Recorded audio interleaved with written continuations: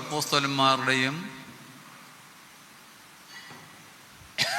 ചരമദിനങ്ങൾ സഹപ്രത്യമായിട്ട് അതാത് ദിവസം ആഘോഷിക്കുന്നുണ്ട്. ഡിസംബർ മാസം 21-ാം തീയതി മാർ തോമാസ് ശ്ലീഹ, ഭാരതത്തിൻ്റെ അപ്പോസ്തലൻ മാർ തോമാസ് ശ്ലീഹ ഡിസംബർ 18-ാം തീയതി കുന്തമേൽക്കുകയും 21-ാം തീയതി മൈലാപ്പൂരിൽ വെച്ച് ക്രിസ്തുവിൽ ചേർക്കപ്പെടുകയും ചെയ്തു എന്നുള്ള സത്യം നമുക്കറിയാം. അപ്രകാരം ഓരോ അപ്പോസ്തലന്മാരുടെയും പെരുന്നാൾ നാം ആചരിക്കുന്നുണ്ട്. നമ്മുടെ ദേവാലയം പരിശുദ്ധന്മാരായ പത്രോസ്, പൗലോസ് ശ്ലീഹന്മാരുടെ നാമത്തിലാണ് സ്ഥാപിതമായിരിക്കുന്നത്. ഈ രണ്ട് അപ്പോസ്തലന്മാരുടെയും ജീവചരിത്രമോ അവരുടെ ജീവിത കാലഘട്ടത്തെ പറ്റിയോ ഒന്നും ദീർഘമായിട്ടുള്ള പ്രതിപാദനത്തിന് സമയമില്ല. എങ്കിൽ തന്നെയും ചില പരാമർശങ്ങൾ ആവശ്യമാണല്ലോ.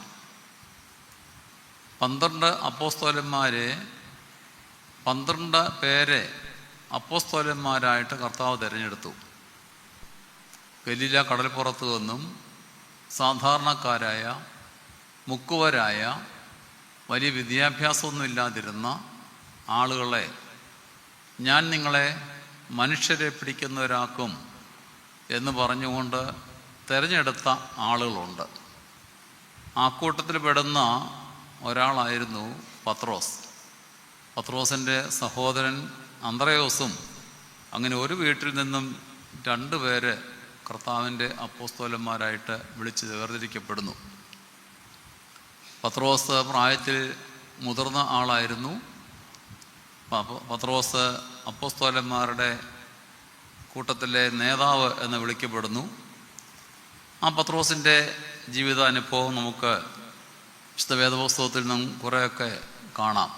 ധൈര്യശാലിയായ പത്രോസ്, പലപ്പോഴും ആവേശത്തോടുകൂടി സംസാരിക്കുന്ന പത്രോസ്, പലപ്പോഴും കർത്താവിനോട് ചേർന്ന് നിൽക്കുന്ന പത്രോസ്. എന്നാൽ ആ പത്രോസ് തന്നെയും കർത്താവിനെ തള്ളിപ്പറയുന്ന പത്രോസായിട്ട് തീർന്നതും ഈ പത്രോസ് തന്നെയാണ്. അപ്പോൾ അങ്ങനെ സ്വഭാവത്തിൽ ചാഞ്ചല്യമുള്ള ഒരു പത്രോസിനെ കാണാം. ഈ ചാഞ്ചല്യമുള്ള പത്രോസിനെ വീണ്ടും ക്രിസ്തുവിലുള്ള വിശ്വാസത്തിൽ ഉയർത്തെഴുന്നേറ്റ കർത്താവ് ഉറപ്പിക്കുന്നുണ്ട്. നീ എന്നെ സ്നേഹിക്കുന്നുവോ എന്ന് 3 വട്ടം ഉയർത്തെഴുന്നേറ്റ കർത്താവ് പത്രോസിനോട് ചോദിക്കുകയും പത്രോസ് തന്നെ ഉവ്വ കർത്താവേ, ഞാൻ നിന്നെ സ്നേഹിക്കുന്നു എന്ന് പറയുകയും ഓരോ സന്ദർഭത്തിലും നീ എൻ്റെ ആടുകളെ മേയ്ക്കുക, നീ എൻ്റെ കുഞ്ഞാടുകളെ മേയ്ക്കുക എന്നുള്ള പുതിയ ഉത്തരവാദിത്വം പത്രോസിന് കർത്താവ് നൽകുകയും ഒക്കെ ചെയ്യുന്ന വേദഭാഗങ്ങൾ, സുവിശേഷങ്ങൾ നമുക്ക് കണ്ടെത്താൻ സാധിക്കുന്നു. അത് പത്രോസിൻ്റെ ജീവിതത്തിൻ്റെ ചില ഭാഗങ്ങൾ ഞാൻ പരാമർശിച്ചു എന്ന് മാത്രം. അപ്പോസ്തല പ്രവൃത്തികൾ വായിക്കുമ്പോൾ അപ്പോസ്തല പ്രവൃത്തികളിൽ 2-ാം അധ്യായത്തിൽ നാം കാണുന്നത് കർത്താവിൻ്റെ കാലത്ത് തന്നെ യൂദ എന്ന് പറയുന്ന ശ്ലീഹ കെട്ടുഞാന്ന് മരിച്ചു. കെട്ടുഞാന്ന് മരിച്ച യൂദയ്ക്ക് പകരം മറ്റൊരാളെ തിരഞ്ഞെടുക്കണം. അതിനുവേണ്ടിയുള്ള യോഗ്യതകളൊക്കെ നിശ്ചയിച്ചു. കർത്താവ് ജീവിച്ചിരുന്നപ്പോൾ കാണുകയും കേൾക്കുകയും ഒക്കെ ചെയ്ത ഒരാളായിരിക്കും നല്ലത് എന്നുള്ള ഒരു നിഗമനത്തിൽ എത്തിച്ചേർന്നു. അങ്ങനെ അവർ ചീട്ടിട്ട് മത്തിയാസിനെ തിരഞ്ഞെടുത്തു. അങ്ങനെ 12 എന്നുള്ള എണ്ണം തികച്ചു. വീണ്ടും കാലങ്ങൾ മുമ്പോട്ട് പോകുന്നു. അപ്പോഴാണ് സഭയിലെ ശുശ്രൂഷയ്ക്ക് വേണ്ടി അപ്പോസ്തലന്മാർക്ക് സഹായികളായിട്ട് മേശയിൽ ശുശ്രൂഷിക്കുന്നതിന് 7 ശമാശന്മാരെ തിരഞ്ഞെടുക്കുന്നു. അപ്പോസ്തല പ്രവൃത്തികൾ അതും അടുത്ത ഭാഗത്ത് രേഖപ്പെടുത്തുന്നുണ്ട്. അങ്ങനെ 7 ശമാശന്മാരെ തിരഞ്ഞെടുക്കുന്നു. അവരിൽ പ്രധാനിയായിരുന്നു സ്തേഫാനോസ്. അപ്പോസ്തല പ്രവൃത്തികൾ 7-ാം അധ്യായത്തിൽ സ്തേഫാനോസിൻ്റെ പ്രസംഗം രേഖപ്പെടുത്തിയിട്ടുണ്ട്.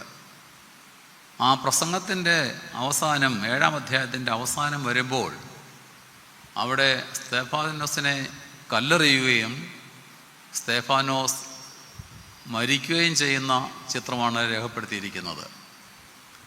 അങ്ങനെ സ്തേഫാനോസിനെ കല്ലെറിയുമ്പോൾ അവരുടെ വസ്ത്രം സൂക്ഷിപ്പുകാരനായിട്ട് ഒരാൾ അവിടെ രംഗപ്രവേശം ചെയ്യുന്നുണ്ട്. ആ വസ്ത്രം സൂക്ഷിപ്പുകാരൻ്റെ പേരാണ് ശൗൽ. ശൗൽ എന്ന് പറയുന്നത് ഗമാലിയേൽ എന്ന് പറയുന്ന ഗുരുവിൻ്റെ പാദപീഠത്തിലിരുന്ന് ന്യായപ്രമാണമൊക്കെ പഠിച്ചവനാണ്, വിദ്യാസമ്പന്നനാണ്, പരീശനാണ്, റോമ പൗരനാണ്. അങ്ങനെയുള്ള ആള് ക്രിസ്ത്യാനിക്കെതിരായിട്ട് അവരെ പീഡിപ്പിക്കുന്നവരിൽ പ്രധാനിയായിരുന്ന ശൗല് സ്തേഫാനോസിനെ കല്ലെറിയുന്ന സന്ദർഭത്തിൽ അവർക്ക് കല്ലെറിയുന്നവർക്ക് കൂട്ടായിട്ട് അവർ വസ്ത്രം സൂക്ഷിക്കുവാനായിട്ട് ഇരിക്കുന്നതായിട്ട് ഉള്ളൊരു ഭാഗം അപ്പോസ്തല പ്രവൃത്തികൾ നാം കാണുന്നുണ്ട്. എന്നാൽ ഈ ശൗലിനാണ് പിന്നീട് ക്രിസ്തുവിൻ്റെ വെളിപ്പെടൽ ദമസ്കോസിൻ്റെ പടിവാതിൽക്കൽ വെച്ച് യേശു ക്രിസ്തുവിൻ്റെ ഒരു പ്രത്യേകമായ വെളിപ്പെടൽ അവനുണ്ടാകുന്നു. അവൻ അന്ധനായി തീരുന്നു. ശൗലേ ശൗലേ, നീ എന്നെ ഉപദ്രവിക്കുന്നതെന്ത്? നീ ആരാകുന്നു കർത്താവൻ ചോദിക്കുമ്പോൾ, നീ ഉപദ്രവിക്കുന്ന നസ്രായൻ യേശു ആവുന്നു ഞാനെന്ന് കർത്താവ് മറുപടി നൽകുന്ന സന്ദർഭത്തിൽ ശൗലിന് പിന്നീട് ഉണ്ടാകുന്ന രൂപാന്തരം ശൗല് പൗലോസായി മാറുന്നു. അപ്പോൾ യേശു ക്രിസ്തുവിൻ്റെ കാലഘട്ടത്തിൽ അവൻ നേരിട്ട് തിരഞ്ഞെടുത്ത ഒരാളായിരുന്നു പത്രോസും മറ്റ് 12 അപ്പോസ്തലന്മാർ. യേശു ക്രിസ്തുവിൻ്റെ കാലത്തിന് ശേഷം യൂദായ്ക്ക് പകരം അപ്പോസ്തലന്മാരെല്ലാം കൂടെ ചേർന്നിരുന്ന് ചീട്ടിട്ട് തിരഞ്ഞെടുത്ത ആളായിരുന്നു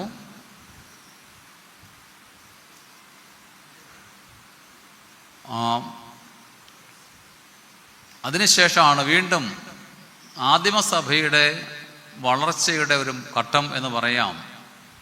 സ്തേഫാനോസിനെ കല്ലെറിയുന്നതും ശൗലിൻ്റെ മാനസാന്തരവും ശൗൽ പൗലോസായിട്ട് മാറുന്നതും. അപ്പോൾ ആ പൗലോസാണ് പിൽക്കാലത്ത്, പൗലോസിനെ പറ്റി നമ്മുടെ പ്രാർത്ഥനയിൽ തന്നെ രേഖപ്പെടുത്തിയിരിക്കുന്നത്,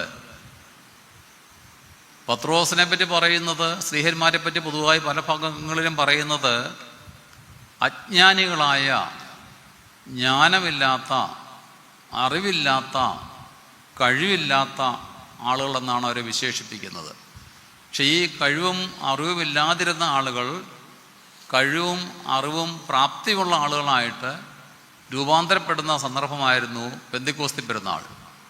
പെന്തിക്കോസ്തി പെരുന്നാൾ ദിവസം പരിശുദ്ധാത്മാവ് അവരുടെ മേൽ വന്ന് ആവസിച്ച് അവർ സകല ഭൂലോകത്തെയും കീഴ്മേൽ മറിക്കത്തക്ക വിധത്തിലുള്ള പ്രഗത്ഭരായ ആളുകളായി തീർന്നു എന്ന് പ്രാർത്ഥനകൾ രേഖപ്പെടുത്തുന്നു.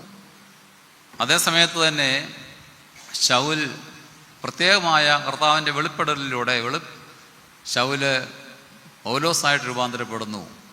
ആ പൗലോസിൻ്റെ സുവിശേഷ പ്രവർത്തനങ്ങളുടെ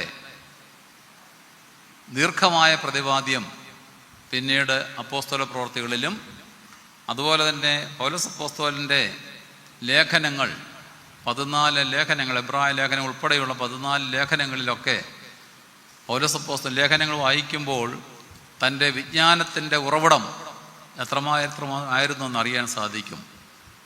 അക്കാലത്ത് വളരെയേറെ സഞ്ചാരം നടത്തിയ ആളായിരുന്നു പൗലോസ്ലീഹ. റോമായിലും കൊരിന്തിലും എഫേസൂസിലും ഒക്കെ യാത്ര ചെയ്ത് സഭ സ്ഥാപിച്ച ആളായിരുന്നു പൗലോസ്ലീഹ. അവർ സംശയങ്ങൾക്ക് മറുപടി എഴുതി അയച്ച ആളായിരുന്നു. പലരുടെയും സംശയങ്ങൾക്ക് എഴുതി അയച്ച മറുപടിക്കാണ് പിൽക്കാലത്ത് അപ്പോസ്തലൻ ലേഖനങ്ങളായിട്ട് നാം വായിക്കുന്ന കൊരിന്തി ലേഖനവും എഫേസ്യ ലേഖനവും ഗലാത്യ ലേഖനവും ഒക്കെ തന്നെ അതാത് കാലഘട്ടത്തിലുള്ള ആളുകൾക്ക്, അതാത് പ്രദേശത്തുള്ള ആളുകൾക്ക് അയച്ച ദീർഘമായ ലേഖനങ്ങൾ, കത്തുകളാണ്. അപ്പോൾ സഭയുടെ അടിസ്ഥാന പ്രമാണത്തിൻ്റെ, സഭയുടെ ഏറ്റവും വലിയ ഗുരു, സഭയുടെ കെട്ടുപണിക്കാരനായിട്ടാണ് അപ്പോസ്തലന്മാരെ ഞാൻ കരുതുന്നത്, പ്രത്യേകിച്ച് പൗലോസ് അപ്പോസ്തലനെ. ഈ പത്രോസ് പൗലോസ് അപ്പോസ്തലന്മാരുടെ പെരുന്നാൾ നാം നടത്തുന്ന ഈ സന്ദർഭത്തിൽ സഭയുടെ ദൗത്യം എന്താണ്?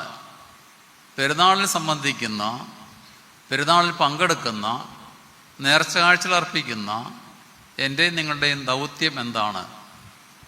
നാം അവരുടെ പിൻഗാമികളാണോ? നാം അവരുടെ കാലടികളിൽ സഞ്ചരിക്കുന്നവരാണോ?